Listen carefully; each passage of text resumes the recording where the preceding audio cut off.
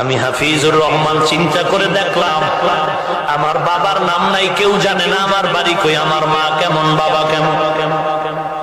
কিন্তু আল্লাহর শুকর, আজ এত সম্মান, এত মর্যাদা কেন? আমার এলেম আছে, খোদার কসম আমার কোন এলেম নেই।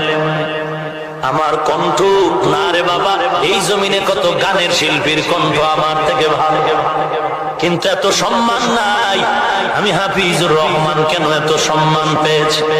চিন্তা করে রেজাল্ট বের করে দিলাম। আমার এই সম্মান আর মহব্বতের পেছনে রসুলের আদর্শ, কোরআনের আকর্ষণ। দুনিয়া রিকশাওয়ালা যদি রিকশা চালায়া নিজের ইজ্জতের চেয়ারে বসতে পারে, রিকশাটারে জীবন থেকে বেশি দামি মনে করে, তাহলে আমি যেই নবীর আদর্শের কারণে গোটা জগতের মধ্যে সুনাম অর্জন করতে পারলাম, আলহামদুলিল্লাহ।